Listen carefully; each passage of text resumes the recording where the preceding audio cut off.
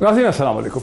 नाज़रीन, आज़ाद कश्मीर के इंतखाबात में पाकिस्तान तहरीक इंसाफ प्राइम मिनिस्टर इमरान खान की पार्टी की कामयाबी और PMLN की शदीद नाकामी के बाद खासी दिलचस्प सियासी सूरत हाल पाकिस्तान में पैदा हो रही है, जिसके दो किस्म के पहलू जो हैं वो हमारे सामने आ रहे हैं। एक तरफ तो वो पहलू है जहाँ आर्गूमेंट ये है कि पाकिस्तान तहरीक इंसाफ अब सिर्फ एक फेडरेटिंग यूनिट है जहाँ उसकी हुकूमत नहीं है, और वो है सिंध।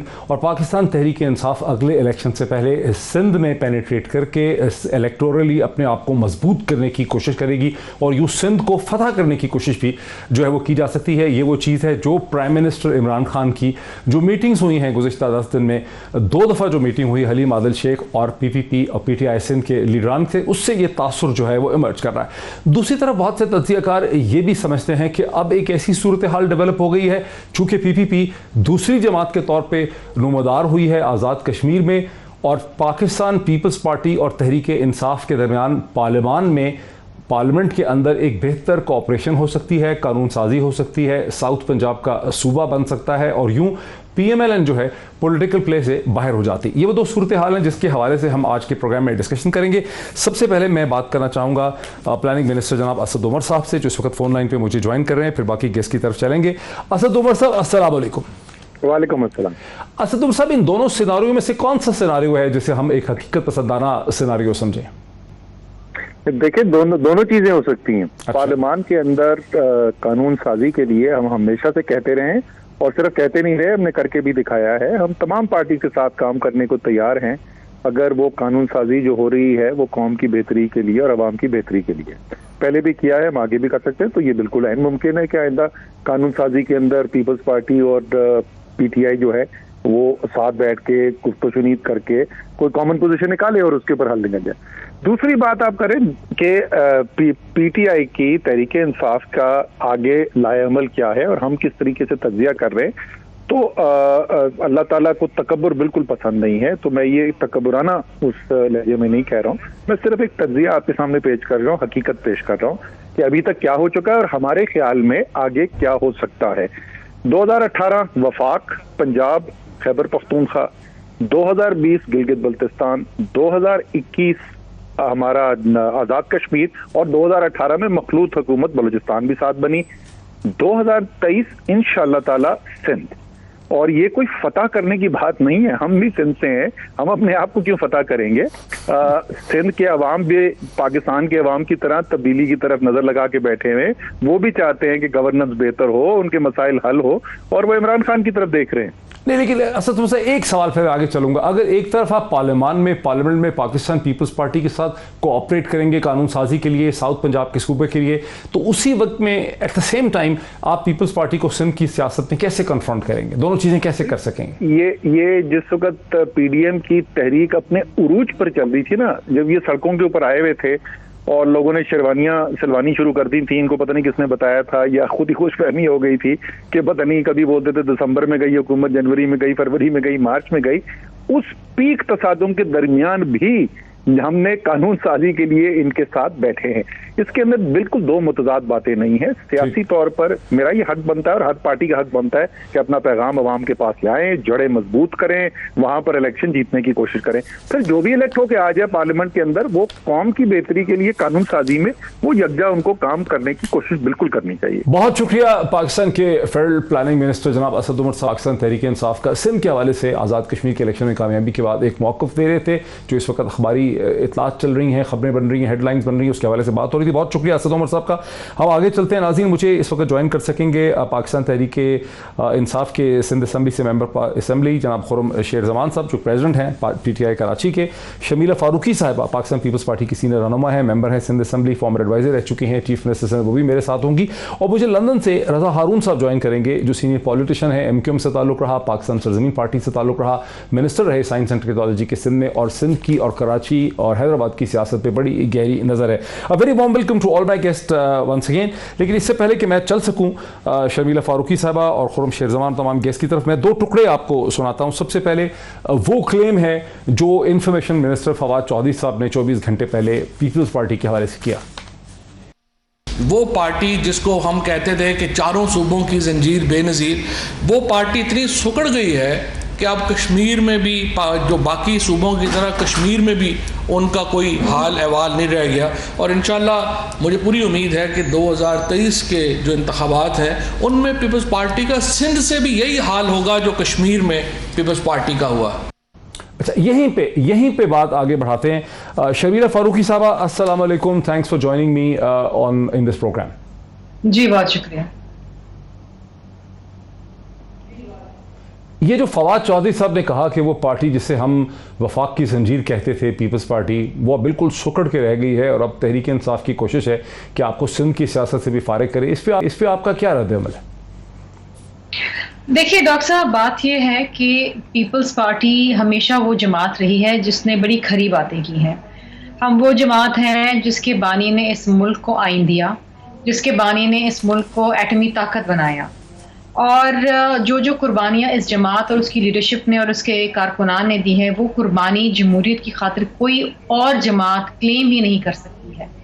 हाँ, हमारे साथ उतार चढ़ाव बेशक हुआ है, ज़रूर हुआ है, लेकिन अगर आप पाकिस्तान की चेकर्ड हिस्ट्री को देखें और पीपल्स पार्टी की तारीख को देखें तो आप ये देखेंगे कि इस मुल्क के अंदर किस तरीके से IGI बनाई गई पीपल्स पार्टी को हराने के लिए, किस तरीके से ग्रैंड डेमोक्रेटिक अलायंसेस बनाए गए, किस तरीके से मियां साहब को लॉन्च किया गया, क्या क्या नहीं हुआ। एक वक्त ऐसा भी था डॉक्टर साहब जब शहीद मोहतरमा बेनज़ीर भुट्टो साहिबा सिर्फ 16 मेंबरान के साथ नेशनल असेंबली में बैठी थी एज ऑपोजिशन, और उसके अगले ही दौर के अंदर she emerged as prime minister. इस मुल्क में हमेशा से अनफॉर्चुनेटली मुझे ये कहना पड़ा है कि कभी भी फ्री एंड फेयर इलेक्शंस नहीं हुए, हमेशा धांधली हुई है, और ये बात हमें नज़र भी आती है, समझ भी आती है कि किस तरीके से। लेकिन शर्मिला, ये तो आप बहुत पुरानी बातें कर रही हैं ना, 1990 की दिहाई की। उसके बाद से तो पीपल्स पार्टी का जो सुकड़ने का प्रोसेस है, श्रिंक करने का, वो बहुत बढ़ गया है। उस वक्त तो पार्टी बड़ी कदावर पार्टी थी 1990 तक। अभी 2018 के इलेक्शन की भी बात कर रही हूँ, मैंने उसको नहीं रद्द किया। इस वक्त भी एक सिलेक्टेड हुकूमत बैठी है, वो हुकूमत बैठी है जिसको सिलेक्टर्स ने सेलेक्ट करके भेजा है, जिसका आवाम से कोई लेना देना नहीं है। आज मुल्क के अंदर तारीखी महंगाई है, तारीखी बेरोजगारी है, तारीखी गुर्बत है। ये वो सिलेक्टेड हुकूमत है जो नाअहल है, जिसको इस मुल्क को आगे चलाना ही नहीं आता है। आप हर शोबा उठा के देख लीजिए, आप हर इदारा उठा के देख लीजिए, इस मुल्क में पिछले 3 साल में जो तबाहकारियां हुई आज से पहले कभी तारीख में नहीं हुई। तो इस सिलेक्टेड, जैसे असद उमर साहब ने कहा कि वो आपके साथ कोऑपरेट कर सकते हैं, तो क्या इस सिलेक्टेड हुकूमत के साथ पार्लियामेंट के अंदर आप बाहमी इश्तराक करेंगे कानून साजी के लिए, साउथ पंजाब का सूबा बनाने के लिए? देखिए डॉक्टर साहब, पहली बात तो ये है कि एक फंक्शनल फाल डेमोक्रेसी के अंदर आपको अपोजिशन को साथ लेके चलना पड़ता है, ना सिर्फ पीपल्स पार्टी को, तमाम अपोजिशन की जमातों को। पिछले 3 साल से इनका क्या शेवा रहा है? इनका शेवा सिर्फ ये रहा है कि हम अच्छे, हम खरे, हम सच्चे, बाकी झूठे चोर डाकू लुटेरे, इनका ये शेवा रहा है। और ये कहते थे कि हम तो डाकू चोर लुटेरों से बात ही नहीं करेंगे। तो आज क्या बदल गया है? आज क्या हो गया कि ऑपोजिशन के साथ बैठना पसंद कर रहे हैं? क्योंकि इनको तारीखी शिकस्त मिली है। जितने भी ज़िमनी इंतखाबात हुए मुल्क के अंदर, इन सब में इनको शिकस्त मिली है। और मैं ये समझती हूँ कि जिस तरीके से AGK के इलेक्शंस भी अभी आपके सामने हुए, जो प्री पोल और पोस्ट पोल रिगिंग हुई है, वो मेरा सवाल तो वही, आज़ाद कश्मीर में तो इनको कामयाबी मिली है, आज़ाद कश्मीर में तो इनको कामयाबी मिली है। वहां तो हुकूमत PMLN की थी, उन्होंने इलेक्शन करवाए, इंटरिम गवर्नमेंट भी नहीं थी, ये जीत गए इलेक्शन। इलेक्शंस में भी धांधली हुई है। गांडापुर जो वहां पर बैठे रहे हैं, जो लोगों को रिश्वत देते रहे हैं वोट के बदले, और जिस तरीके से अली मोहम्मद साहब पोलिंग स्टेशन के अंदर पोलिंग डे पे मौजूद थे, ये धांधली नहीं है तो और क्या है? जिस तरीके से इलेक्शन के रिजल्ट्स रोके गए, ये धांधली नहीं है तो और क्या है? इसके बावजूद पीपल्स पार्टी ने 11 सीटें निकाली, जबकि हमारी उस किस्म की कैंपेन नहीं थी जिस किस्म की कैंपेन इनकी थी या PMLN की थी, और इसके बावजूद ये हुआ। आप ये देखिए कि अच्छा, फवाद चौधरी साहब मेरे भाई हैं, मैं बड़ी इज्जत करती हूँ उनकी, मेरे साथ पीपल्स पार्टी में रहे हैं। हाँ। और जिस तरीके से उस वक्त पीपल्स पार्टी के ये नगमे गाते थे, गुन गाते थे और तारीफें करते थे, आज इक़्तिदार की खातिर और वजारतों की खातिर ये दूसरी जमात में आ चुके हैं। चले, मैं फिर आता हूँ आपकी तरफ। वो मेरे सवाल का जवाब नहीं हो सका, मैं चाहूंगा कि हम ज्यादा, मैं फिर आता हूँ आपकी तरफ, मैं फिर आता हूँ आपकी तरफ। खुर्रम जहीर समान साहब, मैं आपको एक टुकड़ा सुनाता हूँ। हलीम आदिल शेख आपके लीडर हैं, आपके कोलीग हैं, उन्होंने जो प्रेस कॉन्फ्रेंस की बड़ी ताबड़तोड़ किस्म की कल प्राइम मिनिस्टर को मिलने के बाद, वो टुकड़ा सुनते हैं। इंशाल्लाह वफाक का फुटप्रिंट आपको सिंध में नजर आएगा। सिंध में आपको रिलीफ देते हुए वफाक नजर आएगी। सबसे पहले उनको पीपल पार्टी के खौफ से निकाला जाए। वज़ीर आला साहब जो यहाँ से अमेरिका का कह के जाते हैं, दरअसल वो कनाडा जाते हैं। अगर मुराद अली शाह अगला इलेक्शन यहाँ लड़े, उससे पहले ना भागे हो तो मैं इलेक्शन नहीं लड़ूंगा। ये मेरा चैलेंज है। मुराद अली शाह साहब वहाँ जाकर उन्होंने अपनी नेशनलिटी की बहाली के लिए दरखास्तें वो वकीलों से रब्ता करना शुरू कर दिया। खुर्रम शेख जमान साहब, इसके जवाब में मुर्तज़ा वहाब जो हैं पाकिस्तान पीपल्स पार्टी के रहनुमा, उन्होंने उसका ये जवाब दिया। आप लोग इनकी प्रेस कॉन्फ्रेंस को कवर करना छोड़ दें, आना छोड़ दें। ये वो लोग हैं जिनके घर वाले इनकी बात नहीं सुनते, फिर ये मल्टीपल घर वाले ढूंढते हैं। खुर्रम शेख जमान साहब, आप लोग सिर्फ प्रेस कॉन्फ्रेंसेस की हद तक जिंदा हैं सिंध में? नहीं, देखें, अगर सिर्फ प्रेस कॉन्फ्रेंस की हद तक जिंदा होते तो आज ये हालात नहीं होते। और आपके सामने है कि जिस तरीके से कश्मीर का रिजल्ट आया है, जिस तरह पिछला रिजल्ट आपका गिलगित बल्दिस्तान का था, वो सब आपके सामने है। तहरीक इंसाफ की मकबूलियत आपके सामने है। और सबसे बड़ी बात, जिस तरह आपने देखा है कि कश्मीर से पीपल्स पार्टी का खात्मा हुआ, बलूचिस्तान से खात्मा हुआ, पंजाब से खात्मा हुआ, गिलगित बल्दिस्तान से खात्मा हुआ। तो देखिए, पीपल्स पार्टी का दुश्मन कोई और नहीं है। पीपल्स पार्टी का तो दुश्मन पीपल्स पार्टी खुद है। शर्मिला साहिबा जो इस वक्त मोहतरमा की बातें कर रही थी, जुल्फिकार अली भुट्टो साहब की बात कर रही थी, ये बात हम याद रखें। और आप भी बहुत अच्छी तरह जानते हैं कि अब पाकिस्तान पीपल्स पार्टी ना तो मोहतरमा की जमात है, ना ही जुल्फिकार अली भुट्टो साहब की जमात है। ये तो एक आसिफ अली जरदारी की जमात है ना। ये तो जरदारी लीग है जो कि मैदान में इस वक्त आई हुई है। तो वो लोग तो इनके साथ नहीं है। क्या वजह है कि दिन ब दिन पीपल्स पार्टी पीछे जाती जा रही है, इनका खात्मा होता जा रहा है। तो आप इस बात पर यकीन कर लें कि 2023 के अंदर भी इनके हालात जो हैं वो यही रहेंगे, इसमें बेहतरी नहीं आ सकती। जाहिर है, पहले बहुत सारी चीजें थी, कश्मीर का इलेक्शन था, गिलगित बल्दिस्तान का इलेक्शन था, सेनेट के मामला थे, बहुत सारी चीजें थी। लेकिन अब अल्हम्दुलिल्लाह अब हम फोकस्ड हैं सूबे सिंध के ऊपर। और मैं आपसे बताऊं डॉक्टर साहब कि अगर हम 2023 में भी सिंध में हुकूमत नहीं बना सके तो उसकी कसूरवार हम खुद हैं। हमारी अपनी गलतियां थी। हम इस बात का एहसास करते हैं कि हमने अपने आप को सूबे सिंध में सिर्फ कराची की हद तक हमने अपनी कैंपेन चलाई, कराची की हद तक हमने जो है मामला को आगे लेके चले। हम आगे अपने आप को हमने बढ़ाया नहीं। लेकिन अल्हम्दुलिल्लाह अब हमने पूरे सूबे सिंध के अंदर अपना जो पूरा तंजीमी स्ट्रक्चर है हमने उसको पूरा फैला दिया है।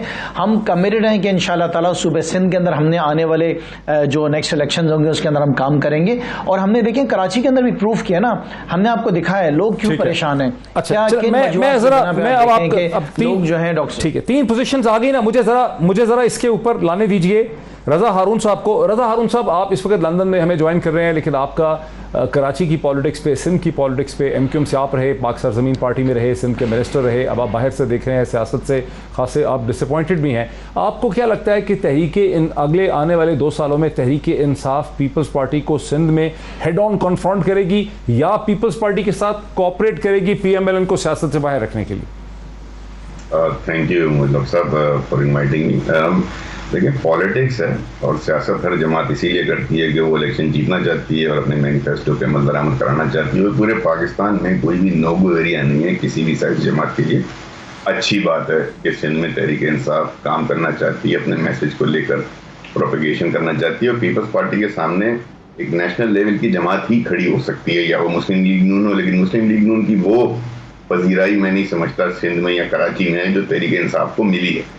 तो एक अगर आप ये कहें कि एक राइवल कौन बन सकता है पॉलिटिकल सिनारियो में, कीपिंग इन माइंड इलेक्शन 2023, तो यकीनन तहरीक इंसाफ के पास वो अपॉर्चुनिटी है। लेकिन प्रॉब्लम ये है तहरीक इंसाफ के हमारे दोस्तों के लिए कि चूंकि इस वक्त ये वफाकी हुकूमत में है और कराची इनका डोमेन है, 13 सीटें अब रह गई हैं, 14 थी इनके पास। और कराची से विफाकी वज़रा भी हैं और MNA भी बड़े फाइल MNA हैं, MPs खुर्रम शेख जमो भाई जैसे, अली मादिल शेख, बड़े फाइल किस्म के MPs है। लेकिन विफाक वो डिलीवरी कराची शहर में जो उसको इतनी सारी पावर पोजीशन रखते हुए करनी चाहिए थी वो नहीं कर सका। तो 2023 का election will not be like 2018 का इलेक्शन फॉर PTI। इसमें PTI को भी अपनी परफॉर्मेंस, अपनी डिलीवरीज, अपने प्रोजेक्ट्स, ये सब आवाम के सामने पेश करने में, जैसे पीपल्स पार्टी को मुश्किल होगी डेवलपमेंट की बात करते हुए। तो 2023 का इलेक्शन मुहीद भाई सिंध के अंदर खासतौर पर, और सिंध में अगर आप सिंध के शहरी इलाकों में आ जाएं तो वो डेवलपमेंट एक बहुत बड़ा इशू होगा, कानून साजी एक बहुत बड़ा इशू होगा, बल्दियाती निज़ाम पे गुफ्तगू बहुत अहम होगी। तो इन दोनों पार्टियों से यकीनन सिंध के रहने वाले और कराची और हैदराबाद के रहने वाले शहरी इलाकों में ये सवाल जरूर करेंगे। तो इन्हें उस चीज़ की प्रेपरेशन करनी चाहिए। और ये बड़ी खुशाइन बात है कि अगर अब इमरान खान साहब ने, हमारे वजीर आजम साहब ने सिंध पे नजर किया तो उनको करनी चाहिए, उनका डोमेन है, उनको आना चाहिए। अच्छा, बिल्कुल। मुझे एक ब्रेक लेने दीजिए। स्टेट्स है एक वाइडर डिस्कशन के लिए कि तहरीक इंसाफ यकीनी तौर पर ऐसी पोजीशन में है कि पीपल्स पार्टी को सिंध में चैलेंज कर सकती है। उस सिंध में जहां अब पीपल्स पार्टी का 30-40 बरस का एक होल्ड है, वहां चैलेंज कर सकती है, लेकिन उसके रास्ते में बहुत सी लिमिटेशंस भी हैं। इस पर मजीद बात करते हैं एक ब्रेक के बाद। नाज़रीन, वेलकम बैक। मैं सीधा चलना चाहता हूँ मोहतरमा शर्मिला फारूकी साहबा की तरफ। शर्मिला फारूकी साहब, मुझे ऐसा लगा जैसे जो सवाल आपसे मैंने पूछा था फवाद चौधरी साहब की निस्बत से, उसको आपने डायरेक्टली एड्रेस नहीं किया, आप और इशूज़ की तरफ चली गई। मैं आपको दोबारा टुकड़ा सुनाता हूँ फवाद चौधरी साहब को, और मैं चाहूँगा कि इस पर हम एक बहस कर सकें। जो चीज़ फवाद चौधरी साहब ने कही है, कुछ सही भी कहा है, कुछ गलत भी कहा है। ज़रा सुनाइए प्रोड्यूसर साहब के फवाद चौधरी साहब ने कहा क्या।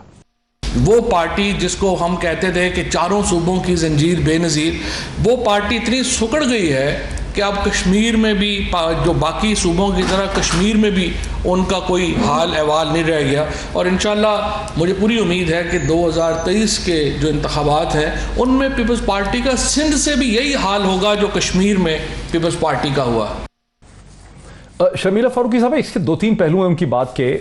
एक चीज़ ये कि पीपल्स पार्टी का जो हुजम और साइज़ है, उसका जो इन्फ्लुएंस है पाकिस्तान में सुकड़ गया है। आज वो पंजाब में, खैबर पख्तूनख्वा में, बलूचिस्तान में नज़र नहीं आ रही है। वो बात तो बड़ी फैक्चुअल किस्म की है। जहाँ तक उन्होंने कश्मीर के इलेक्शन की बात की, वो गलत कह रहे हैं, इसलिए कि पीपल्स पार्टी ने 3 से अपनी सीटें 11 कर ली हैं, वहाँ आप एक ताकतवर पोजीशन में इमर्ज हुए। तीसरा पहलू वो ये कह रहे हैं, और जो और लोग भी कह रहे हैं, कि उनकी कोशिश है कि वो अब आपको सिंध में चैलेंज करें। और जैसा आपने सुना, रज़ा हारून साहब को जिस वक्त हमारे साथ हैं, बड़ी गहरी उनकी नज़र है कराची की पॉलिटिक्स में, समझते हैं कि पीपल्स पार्टी ही दर हकीकत, तहरीक इंसाफ ही दर हकीकत पीपल्स पार्टी को सिंध में चैलेंज कर सकती है, क्योंकि नवाज शरीफ साहब ने कभी चैलेंज किया ही नहीं आपको सिंध में। इस पर आपका क्या है रद्द अमल? डॉक्टर साहब, मैंने पहले भी इस सवाल का जवाब एड्रेस किया था। मैंने आपको शुरुआत ही जवाब की कश्मीर के इलेक्शन से की थी। मैंने ये कहा था कि despite pre poll rigging, polling day rigging and post poll rigging, Peoples Party ने 11 सीटें वहाँ से निकाली। ये हमारे लिए एक बड़ी कामयाबी है। इसके बावजूद हम AJK के इलेक्शन जो है इसको रिजेक्ट करते हैं, क्योंकि वहाँ पर धांधली हुई है। दूसरी अहम चीज़ ये है कि ठीक है, उतार चढ़ाव आता है। मैंने पहले भी ये बात की थी, पंजाब के अंदर हमारी वो इस वक्त साख नहीं है, या हमारी वो इस वक्त ऑन ग्राउंड रियलिटी नहीं है जो होनी चाहिए। उस पर हमें काम करने की ज़रूरत है। लेकिन KPK के अंदर भी हमारी सीट्स हैं, पंजाब में भी कुछ सीटें हैं। और बिलखुसूस अगर आप देखें, जो दावा इस वक्त फवाद चौधरी साहब कर रहे हैं कि 2023 के अंदर वो सिंध फतह कर लेंगे, मुझे तो ये डर है कि 2023 के अंदर इनका बाकी सूबों से भी सफाया ना हो जाए। सिंध की आवाम तो उन्हें रिजेक्ट कर, क्योंकि सिंध की आवाम को तो ये भेड़ बकरी कहते हैं ना, वो कहते हैं कि जी गुलाम है, ये गुलामी कर रहे हैं। तो सिंध की आवाम ने तो इनको रिजेक्ट कर ही दिया है। इसी तरीके से जिस तरह ये इस दफ़ा सारे ज़िमनी इंतखाबात आप उठा के देख लें, जो सीटें जो इनकी थी, जो इन्होंने जनरल इलेक्शन में भी निकाली थी, वो सीटें भी ये हार गई। कराची की भी सीट जो इन्होंने 2018 में निकाली थी, वो सीट भी ये हार गए। जो आपके वो जिनकी जाली डिग्री है, क्या नाम है उनका, ये डुअल नेशनैलिटी है, तो आप समझती हैं कि ये ठीक है। हाँ, तो आप समझती हैं कि इनको मतलब एक ख्वाब नजर आ रहे हैं मुफ्त के। रज़ा हारून साहब, चूंकि आपकी बड़ी गहरी नज़र है और इस वक्त आपका इन तीनों जमातों में से किसी से ताल्लुक भी नहीं है, आपको क्या समझ आता है, क्या सिंध की सियासत एक ऐसे मुकाम पे आ चुकी है जहां एक नई जमात उसमें घुस सकती है, एक फेडरल पार्टी, एक बड़ी नेशनल पार्टी, या पीपल्स पार्टी का होल्ड इतना मजबूत है कि उसको तहरीक इंसाफ चैलेंज नहीं कर सकेगी? नहीं, ये बात तो बहुत हकीकत है कि तहरीक इंसाफ के लिए बहुत मुश्किल काम है, इम्पॉसिबल नहीं है। पीपल्स पार्टी का बड़ा होल्ड है। अगर आप सिंध के शहरी इलाकों में कराची हैदराबाद से आगे चलें तो आपको इनका होल्ड नज़र आता है, विजिबली नज़र आता है अवाम के अंदर। और बड़े बड़े इंतखाबात है, बड़े बड़े नामों को इनके कारकुनान ने शिकस्त भी दी है, ये भी एक हकीकत है। तो हमें ठीक है, फवाद चौधरी साहब जो बात कर रहे हैं इसी तरह बात की जाती है और ऐसे ही अपने लोगों अच्छा, को वजह क्या है इस होल्ड की? जाता है। आप कहते हैं हैदराबाद से आगे जाएं तो आपको होल्ड नजर आता है। मैं मानता हूं कि होल्ड नजर आता है, हकीकत है कि होल्ड नजर आता है, पीपल्स पार्टी एंट्रेंच है। वजह क्या है एंट्रेंचमेंट की? देखिए, एंट्रेंचमेंट की एक वजह तो बहुत है कि भुट्टो साहब का नाम जो है और भुट्टो साहब के नाम पे जो वोट है वो बड़ा पक्का वोट है। और दूसरी बात यह है कि पीपल्स पार्टी ने इंटीरियर के अंदर सर्विस, शायद डेवलपमेंट के कामों में उतनी ना की हो, लेकिन उनके बेनिफिशरीज बहुत ज्यादा हैं। फिर जो इंटीरियर की या रूरल एरियाज की जो सियासत है, बुनियादी तौर पे वो नोटेबल और इलेक्टेबल की सियासत होती है मुझे साहब।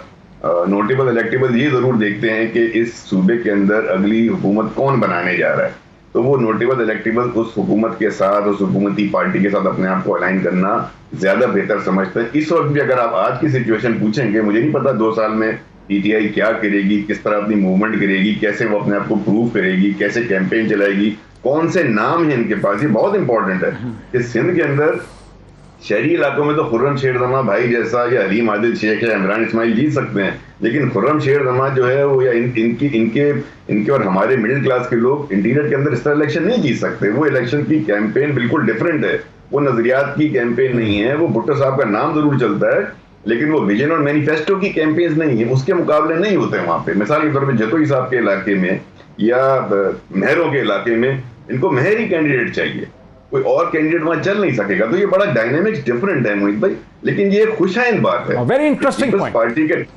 बड़ा इंटरेस्टिंग पॉइंट, नैरेटिव के सामने बड़ा इंटरेस्टिंग पॉइंट है। खुर्रम शेर जमान साहब, आपसे एक्सपेक्टेड है कि आप एक क्या समझाएं हमें, इसका जवाब दें, जो ये बात समझाई रजा हारून साहब ने जो पोजीशन ली, इसका जवाब दें। अच्छा देखिए, मैं तो ये समझता हूँ कि जितना आसान सिंध जीतना है इतना तो शायद पंजाब, केपी या कश्मीर भी नहीं था। क्योंकि देखें आप डॉक्टर साहब हमसे, मुझसे और रजा भाई से बहुत बेहतर तरीके से समझते हैं। आपने तो रोजाना की बुनियाद पे लोगों से आपकी बातचीत हो रही होती है और आपको पता है कि सुबह सिंध के हालात कितने बुरे हैं। देखिए हम ये समझते हैं कि जो काम वजीर आजम साहब पिछले 2.5 साल के अंदर पाकिस्तान के लिए कर बैठे हैं ना, इससे पहले कभी तस्वुर भी नहीं किया जा सकता था कि कितना काम हुआ है। मैं ना रजा साहब को सबसे पहले 2 दावतें देना चाहूंगा। पहली दावत में रजा भाई से कहूंगा कि आप कराची आए, बहुत टाइम हो गया, आप आए नहीं। दूसरी बात मैं इनसे कहूंगा कराची में आके देखेंगे 2 साल में पाकिस्तान तहरीक इंसाफ कितना काम कर चुकी है। अगर मेरे पास आप टाइम देंगे तो मैं पूरी डिटेल में बता सकता हूं, और उसके साथ साथ मैं इनको दावत भी देता हूं कि तहरीक इंसाफ बाई इलेक्शन हार गए, कम ऐसी शख्सियत कराची के अंदर सीट छोड़ी, वो हार गए आप लोग। नहीं सर देखें, बड़ा नहीं, बाई इलेक्शन हार गए, मेरी गुजारिश आपसे कि डॉक्टर साहब बहुत फर्क होता है, डॉक्टर साहब बहुत फर्क होता है। डॉक्टर साहब बाई इलेक्शंस का बहुत फर्क होता है। लोग वोट देते हैं, जो पार्टी रूल कर रही होती है सूबे को, उसको वोट देते हैं अपने मसाइल हल करने के लिए। देखें ना, मैं आपको ज्यादा नहीं 1 मिनट के अंदर 2-4 एग्जाम्पल्स दे सकता हूं कि नॉर्थ नाजमाबाद के अंदर हमने 6 फ्लाईओवर्स बनाए। हमारा काम नहीं था, हमने नेपी रोड बनाया, हमने निश्ता रोड बनाया, हम मंगोपी रोड बना रहे हैं, हमने 52 फायर ब्रिगेड्स दिए, हम K4 मुकम्मल कर रहे हैं, हम ग्रीन लाइन नेक्स्ट मंथ जो है उसको लॉन्च कर रहे हैं, फ्रेट कॉरिडोर कैसे बनाया सिंध में जाके सारा कुछ। 9 अरब 90 करोड़ रुपए डॉक्टर साहब फ्लाईओवर कैसे बना रहे हैं, आप तो वफाकी हुकूमत के जरिए खर्च करें। यही तो बात है ना डॉक्टर साहब। देखें ये हमारा काम तो नहीं था ना, लेकिन ये सारा काम हमने कराची के लोगों के लिए करा। So what I am trying to say, बिल्कुल वही, क्योंकि पैसा तो इनको मिल चुका है, इन्होंने काम नहीं किया, हम मजबूर थे, लोगों ने हमसे कहा फिर भी करा, हमने फिर भी करा। सो मैं आपसे ये कहना चाह रहा हूं कि सिंध के अंदर हुकूमत बनाना डॉक्टर साहब बहुत आसान है। अगर नहीं बनी, हमारी गलतियों की वजह से नहीं बनी थी, हमने अपने आप को मोबिलाइज नहीं किया कराची से ज्यादा। जो बात आपको रजा साहब फरमा रही है बिल्कुल 100% सही बात है कि आपको वो लोग चाहिए जो लोग ऑलरेडी उस वहां पे, क्योंकि सिंध का देखिए बिल्कुल ही सिस्टम डिफरेंट सिस्टम है। ये जो बात इन्होंने कही है वो सही कही है, और हम उसी जगह पे उसी तरीके से काम कर रहे हैं। हमारा सिलसिला शुरू हो चुका है, ज्यादा वक्त नहीं नजर आएगा आपको, कुछ दिनों के अंदर नजर आएगा। प्राइम मिनिस्टर साहब कुछ दिनों के अंदर या कुछ हफ्तों के अंदर सिंध का उनका दौरा शुरू हो रहा है। हमारी पार्टी को जो इंस्ट्रक्शंस मिलने थे फॉर का अपकमिंग मंथ्स, वो तमाम इंस्ट्रक्शंस हमें मिल चुके हैं। पूरी तंजीम काम करी, यहां तक कि कराची के MPs भी सिंध में लोगों से हमने राब्ते करने शुरू कर दिए। और मैं आपको बताऊं इंटरेस्टिंगली डॉक्टर साहब, इतना जबरदस्त रिस्पॉन्स मिल रहा है कि लोग कह रहे हैं कि आप पिछले 2 साल से सो रहे थे क्या, हम तो 2 साल पहले भी तैयार थे आपके पास। तो आपको डिफरेंस डॉक्टर साहब डेली बेसिस पे नजर आना शुरू हो जाएगा। यहां तक कि बहुत सारे ऐसे प्रोजेक्ट्स भी हैं जो कि हमने फेडरल गवर्नमेंट से कहे कि वो हम इंटीरियर सिंध के अंदर करें, क्योंकि पीपल्स पार्टी ने ऐसा नहीं है कि लड़का काम नहीं किया, इन्होंने पूरे सूबे में काम नहीं किया। यहां तक पहुंचती है शमीला फारूकी साहिबा कि आपकी पार्टी दही सिंध में बड़ी वेल एंट्रेंच्ड है, वहाँ के नोटेबल्स, वहाँ की नोबिलिटी, वहाँ की मशहूर शख्सियात आपके साथ खड़ी हैं, वहाँ रोब है, आपका भुट्टो ख़ानदान का नाम है, बेनज़ीर का नाम है, लेकिन आपकी जो डिलीवरी है और जो डेवलपमेंट साइड है वो इतनी कमज़ोर है कि उसमें इतने गैप्स नज़र आ रहे हैं तहरीक इंसाफ को कि ये उसमें घुस सकते हैं। डॉक्टर साहब ये बात नहीं है कि तहरीक इंसाफ ने कोशिश नहीं की। इमरान खान साहब अक्सर सोचते हैं कि आए सिंध का दौरा करें, लेकिन वो मनसूख कर देते हैं क्योंकि वहाँ पर लोग उनसे मिलने को तैयार ही नहीं है। जाहिरी बात है, प्राइम मिनिस्टर अगर जाएगा तो मजमा तो इकट्ठा होना जरूरी है। नहीं कर पाएंगे। बार वो दौरे कैंसिल होते हैं, यहाँ तक कि कराची के भी दौरे कैंसिल हो जाते हैं, क्योंकि ये जो बेचारे सारे MPs यहाँ बैठे हुए हैं कराची वाले, ये अपने हलकों में खुद नहीं जा सकते। यहाँ इनके जो वोटर्स थे जिन्होंने इनको वोट दिया है वो कान पकड़ते हैं, वो कहते हैं जनाब हमें गलती हो गई, हमारे बाप दादा की गलती हो गई जो हमने इनको वोट दिया, आइंदा कभी जिंदगी में इनको वोट नहीं देंगे। ये हकीकत है। यानी खुर्रम शेर जमान अपने हलके में नहीं जा सकते? बात ना माने, आप खुद कराची आए, आप जाएं खुर्रम शेर जमान के हलके में और जाके इनके लोगों से खुद बात करें। मेरी बात ना माने, मैं तो पीपल्स पार्टी हूं ना, तो मैं तो ये कहूंगी आप खुद आए और खुद आके देखें। और जहां तक अंदरून सिंध की बात है कि वहां से पीपल्स पार्टी को वोट मिलता है, वो इसलिए मिलता है, इसलिए नहीं मिलता कि क्योंकि वहाँ के नोटेबल्स खड़े होते हैं इलेक्शंस के अंदर, वो इसलिए मिलता है क्योंकि पीपल्स पार्टी ने मुसलसल वहाँ डिलीवर किया, लोगों को नौकरियां दी हैं, लोगों को रोजगार दिया है, लोगों के सुख दुख में खड़े। इनको तो पता ही नहीं है कौन सा हल्का कहाँ है, कौन सा गांव, कौन सा शहर, कौन सा देहात, कौन सा तालुका कहाँ है, इनको तो मालूम ही नहीं है। आप जरा जाके तो देखें। ये बातें करते हैं कि इन्होंने फ्लाईओवर बनाया, कौन सा फ्लाईओवर बनाया? झूठे वादे सारे के सारे। इमरान खान साहब सिर्फ अनाउंसमेंट करते हैं माजरत के साथ, वो पैसा नहीं आता सिंध, वो पैसा सिंध के लोगों पे नहीं लगता, वो सिर्फ वो पैसा है जो हुकूमत सिंध लगा रही है, जो एशियन डेवलपमेंट बैंक दे रहा है, जो वर्ल्ड बैंक दे रहा है। ब्रेक में ले लूं जो आपने इल्जामात लगाए हैं, ब्रेक ले लूं जो इल्जामात आपने लगाए हैं उसका, और खास करके कि खुर्रम शेर जमान साहब अपने हल्के में भी नहीं जा सकते, फ्लाईओवर बने नहीं हैं, प्राइम मिनिस्टर के दौरे कैंसिल हो जाते हैं, अगस्त में भी ना आ सके, इन सब चीज़ों का जवाब लेते हैं एक ब्रेक के बाद। नाज़रीन वेलकम बैक। मैं सीधा चलता हूँ खुर्रम शेर जमान साहब की तरफ। खुर्रम शेर जमान साहब, आप प्रेसिडेंट हैं PTI कराची के, आप मेंबर प्रोविंशियल असेंबली हैं सिंध में। शर्मिला फारूकी साहिबा ने ब्रेक से पहले ये कहा, उन्होंने ये इल्ज़ाम लगाया है, उनका ये तज्ज़िया है कि आपकी पोजीशन इतनी इस वक्त कमज़ोर हो चुकी है कि आप अपने हलकों में नहीं जा सकते। वो ये भी कह रही हैं कि जो फ्लाईओवर्स की आप बात कर रहे हैं ये कोई फिक्शनल कहानी है, इसकी कोई हकीकत नहीं है। और प्राइम मिनिस्टर इमरान खान ने कई दफ़ा कहा कि मैं सिंध का दौरा करूँगा, लेकिन उनको पैनिक अटैक हो जाता है, उनके पाँव कमज़ोर पड़ जाते हैं और वो नहीं आते, और शायद वो अगस्त की बात भी हवा में रह जाएगी। क्या जवाब है आपके पास? जी अच्छा, देखें, शर्मिला साहिबा का कसूर नहीं, क्योंकि ये तो खाली रात को 8 से 9 एक TV शोज़ पे बैठती हैं, इनको इतना अंदाज़ा नहीं है कि शहर में या सूबे में हो क्या रहा है।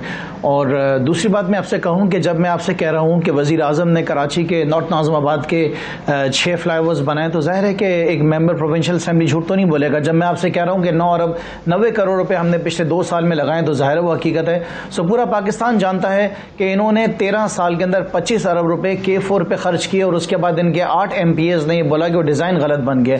आज हम K4 वापडा से कंप्लीट करवा रहे हैं, ग्रीन लाइन भी हम बना रहे हैं, क्योंकि 13 साल में इनकी नालायक हुकूमत जो है डॉक्टर साहब 13 बसेस नहीं दे सकी। डॉक्टर साहब आप मुझसे ज़्यादा बेहतर तरीके से जानते हैं।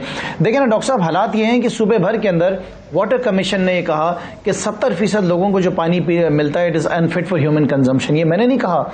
हालात ये हैं कि ये तो वज़ीर आज़म साहब की मेहरबानी की कोविड की वैक्सीन हमें मिल गई हैं, अदरवाइज़ इनके पास तो अगर कुत्ता काट दिया तो रेबीज़ की भी दवाई नहीं है। रोज़ाना की बुनियाद पे कुत्ते काटते हैं, बच्चे मर रहे हैं, दवाइयाँ नहीं हैं। थरपारकर के अंदर आज भी बच्चे भूख से मर रहे हैं। मतलब हालत ये है कि ना सूबे में पीने का पानी है, ना स्कूलों के अंदर तालीम है, ना हेल्थ का निज़ाम है। हेल्थ के निज़ाम की तबाही सब जानते हैं। बिलावल की फुप्पो हैं, कोई कह नहीं सकता मिनिस्टर है, कहेंगे तो लोग नाराज़ हो जाएंगे। उनसे पहले उनके शौहर थे, उन्होंने सेक्रेटरी हेल्थ तबाही की हुई थी। तो सूबे सिंध के अंदर जब मैं डॉक्टर साहब आपसे कहता हूँ कि कोई मुश्किल नहीं हुकूमत बनाना, तो वो हमारी वजह से नहीं, इनकी अपनी नालायकी की वजह से। इनके जो चीफ मिनिस्टर हैं, शर्मिला फारूकी साहब को जवाब देने दीजिए। शर्मिला फारूकी साहब उन्होंने पॉइंट बाय पॉइंट जवाब दिया है। नहीं जी, वो कह रहे हैं कि जिन प्रोजेक्ट्स को इनॉग्रेट किया वो तो एक खुली हकीकत है। एज मेंबर प्रोविंशियल असेंबली में झूठ नहीं बोल रहा, टेलीविजन पे बोल रहा हूं कि हमने इन प्रोजेक्ट्स को फाइनेंस किया है। क्या इस पे जवाब है आपका? असेंबली हूँ और मैं भी जब बैठती हूँ टीवी शो करने और असेंबली में भी, तो हम खरी खरी बातें करते हैं। PTI का एक शेवा ये रहा है डॉक्टर साहब, ये इतनी ढटाई से झूठ बोलते हैं, इतनी ढटाई से झूठ बोलते हैं कि सामने वाला उसे सच समझ लगता है, और ये बार बार दोहराते रहते हैं। थर पारकर का उनको बड़ा गम है। थर पारकर में इनसे पूछें, वजीर आजम साहब ने एक फ्लाईओवर तो इतनी बड़ी बड़ी चीजें हैं, फ्लाईओवर तो इतने बड़े बड़े हैं, आप कह रही हैं कि ये फ्लाईओवर जो कराची में इनॉग्रेट किए हैं ये बनाए ही नहीं है, वफाक ने पैसा दिया ही नहीं इनका, मतलब आखिर क्या कह रही हैं आप? जितने फ्लाईओवर्स हैं, जितनी रोड्स हैं, वो सारी की सारी हुकूमतें सिंध ने बनाई है। हाँ, 90 करोड़ की जो ये बात कर रहे हैं, इनके MNAs को 15-15 करोड़ रुपए, ना जाने कितने, शायद 15 थे या 14 थे, मुझे एग्जैक्ट नहीं याद है, बट इट वाज 14 और 15। 15-15 करोड़ रुपए वजीर आजम ने दिए, वो कहाँ लगे हमें नहीं पता। इनकी जेबों में जरूर गए होंगे, वो सही कह रहे हैं 90 करोड़ जो उनको मिले हैं कराची के एमएनए को, लेकिन वो लगे नहीं है इनके हलकों में। आप डॉक्टर साहब प्लीज कराची आए। और K4 कराची के लिए पानी K4 देखिए K4 और ग्रीन लाइन प्रोजेक्ट जो है ये वफाकी शराकतदारी से बन रहा था। सिंध हुकूमत ने ग्रीन लाइन प्रोजेक्ट के अंदर भी बसेस खरीद के दे दी, बाकी जो ट्रैक्स बनाने वो फेडरल गवर्नमेंट का काम है। इस दफा भी फेडरल PSDP के अंदर सिंध को सिर्फ 2 मंसूबे दिए गए, पंजाब को 22 दिए गए, KPK को 21 दिए गए, बलूचिस्तान को 15 दिए गए। हर साल जब से ये हुकूमत आई है, ये हमेशा जो मेगा प्रोजेक्ट्स होते हैं ना वो फेडरल गवर्नमेंट स्पॉन्सर करती है हर सूबे के अंदर। जब से ये हुकूमत आई है वो श्रिंक होते जा रहे हैं। हर साल NFC की मद के अंदर सिंध को कम रकम मिलती है हमेशा। इस दफा भी 850 बिलियन कम मिले हैं। जाहिरी बात है जो बजट बनता है वो फेडरल गवर्नमेंट के ट्रांसफर्स को मिला के बनता है। अब अगर आप वो ट्रांसफर्स कम करेंगे तो जाहिर बात है कि प्रोजेक्ट्स जो है वो ताखीर का भी शिकार होंगे, प्रोजेक्ट्स में कम पैसा लगेगा। ये हर साल हम असेंबली में खड़े होकर बात करते हैं। चीफ मिनिस्टर लिख के थक गए वजीर आजम को। मुझे एक बात बताइए, ऐसी क्या दुश्मनी है सिंध से ठीक है कि वजीर आजम। ठीक, हाँ, मैं इससे पहले कि मैं रजा हारून साहब के पास जाऊं, मैं जरा क्विकली खुर्रम शेर जमान साहब को मौका देना चाहता हूं कि शमीला फारूकी साहब ने जो जवाब दिया उसको रिबट कर लें। अच्छा सर, मैं बस इसमें से इनको इतना जवाब दूंगा कि हाँ ये हकीकत है कि वज़ीर आज़म साहब ने जो एडिशनल फंड्स होते हैं, जो एक्स्ट्रा बड़े मेगा प्रोजेक्ट्स होते हैं, वो सिंध हुकूमत को पैसा नहीं दिया। जो पैसा NFC के जरिए इनका हक बनता था वो तो इनको पूरा दिया, लेकिन एडिशनल नहीं दिया। उसकी वजह यह है कि डॉक्टर साहब आप खुद जानते हैं, ऑडिटर जनरल पाकिस्तान की किताबें आप खोल लें, हालात इनके ये हैं कि ज़कात के डिपार्टमेंट्स में भी इनकी अरबों रुपये की बेज़ाब्तगी हैं पिछले सिर्फ 13 साल के अंदर। हाँ, हमने इनको पैसा नहीं दिया क्योंकि वो पैसा तो कभी गोला गंडे वालों के अकाउंट्स में चले जाता है, कभी किसी छाबड़े वाले के अकाउंट्स में चले जाता है। हमें इनके ऊपर जर्रा बराबर भी भरोसा नहीं है। सिर्फ वही पैसा दिया जा रहा है जो NFC के जरिए 18वीं तरमीम के बाद इनको देना था। एडिशनल पैसा डॉक्टर साहब इनको 1 टका भी नहीं देंगे, टका के 1 रुपया भी इनको नहीं मिलेगा, क्योंकि हमें पता है कहां जाना है, वो किसके अकाउंट्स में जाना है। बाहर कहीं कसिनोज बनने, सरे महल बनने, वो जेवरात लेने हैं, वो US में अपार्टमेंट्स लेने हैं। डॉक्टर साहब इन्वेस्टिगेशन तो सारी चल रही है ना, नैब के केसेस तो आपके सामने, सारे केसेस आपके सामने, चाहे वो स्टील मिल के केसेस हों, चाहे वो PIA के केसेस हों, चाहे वो अरबों रुपए के जो है ट्रांसफर्स के केसेस हों। तो ये क्यों हमसे एक्सपेक्ट करते हैं कि ये कौम का पैसा लूटें, ये मनी लॉन्ड्रिंग करें, ये बाहर जाके अपनी जायदादें खरीदें, and then they expect us कि हम इनको एडिशनल फंड्स देंगे। हम बिल्कुल भी नहीं देंगे डॉक्टर साहब। बचे हुए जितने 2 साल हैं इस हुकूमत के, उसमें जितना काम सूबे सिंध के अंदर होना है वो वफाकी हुकूमत ने फैसला किया है कि हम वो पैसा खुद खर्च करेंगे, हम उनको खुद फाइनलाइज कराएंगे। जिस तरीके से डॉक्टर साहब 25 जरा मुझे थोड़ा सा एक मुख्तलिफ सवाल K4 के ऊपर जाया करे हैं। डॉक्टर साहब बोला डिजाइन गलत बन गया है, कहते हैं K4 का डिजाइन गलत बन गया। ओवैस मुजफ्फर टप्पी इनका मिनिस्टर, नासिर शाह, सईद गनी और जाम शोरो, 4 मिनिस्टर्स ने कहा कि हम एक्सपेक्ट करते हैं, एक्सेप्ट करते हैं कि हमारी गलती हुई है, डिजाइन गलत बना है। 25 अरब रुपए का कौन हिसाब देगा? रजा रुकिए, मुझे रजा हारून साहब को लाने दीजिए। रजा हारून साहब 2 मिनट है, 2-2.5 मिनट है, 2-2.5 मिनट हैं। रजा हारून साहब, आप सिंध के साइंस एंड टेक्नोलॉजी के मिनिस्टर रहे हैं, आप सियासत का हिस्सा रहे बहुत देर तक। बहुत इस इल्ज़ाम में कितनी हकीकत है कि फेडरल गवर्नमेंट जो एडिशनल फाइनेंसेस वगैरह सिंध को देता रहा है वो लगे नहीं है ठीक तरह से? आप इस पे क्या कहेंगे? मतलब नहीं लगते रहे वो पैसे, गुम हो गए?